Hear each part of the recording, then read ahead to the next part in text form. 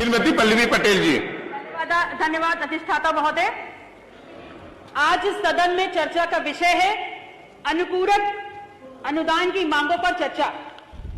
और जब इस बजट को मैंने पढ़ा तो सबसे पहले मेरे दिमाग में एक ख्याल आता है कि क्या है ये अनुपूरक बजट। ये है भारतीय जनता पार्टी का अनुपूरक बजट। वो भारतीय जनता पार्टी जो अपने आप को इस विश्व की सबसे बड़ी संगठन होने का दंभ भरती है और डंका पीट कर कहती है।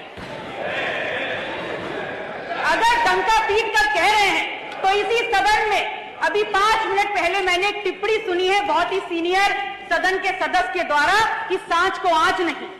तो अगर सांच को आंच नहीं है तो इस सवाल का जवाब दीजिए कि उत्तर प्रदेश क्या सिर्फ हिंदुओं का प्रदेश है? एक धर्म के नाम का, एक धर्म विशेष के नाम का तुष्टीकरण करते हैं और अगर पूछा जाएगा तो आप कहेंगे नहीं होता। कैसे नहीं होता? अगर नहीं होता है तो आप बताइए इस बजट में आपने जैनों को क्या दिया है?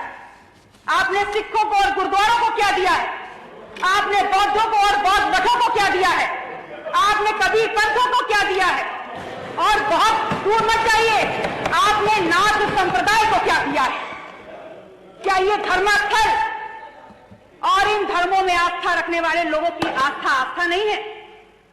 आपके लिए बहुत अहम है कि इन विषयों पर चर्चा और आपको इस बात की तनिक भी चिंता नहीं है और तनिक भी गंभीरता से आप ये नहीं सोचना चाहते कि उत्तर प्रदेश की बहुसंख्यक आबादी इस देश के दलित और पिछड़ा ने बनाई है और उनके हक और अधिकारों की चर्चा इस सदन में प्राथमिकता के आधार पर होनी चाहिए।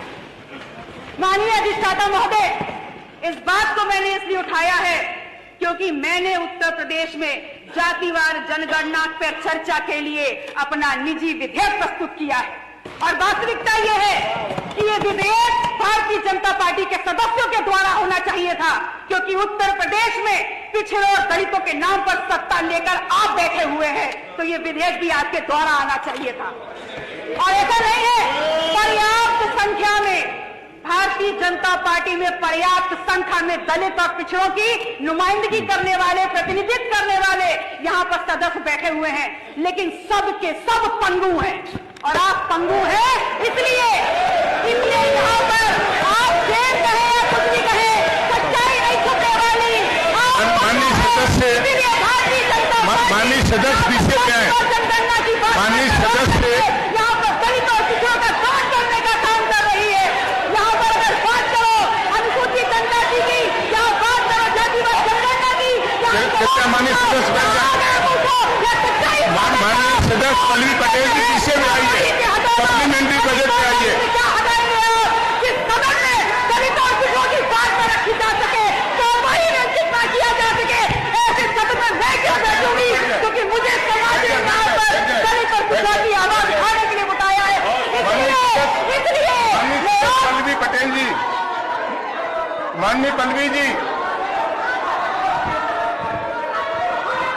माननीय पल्लवी जी पीछे पे आए, पीछे पे सप्लीमेंट्री बजट पे।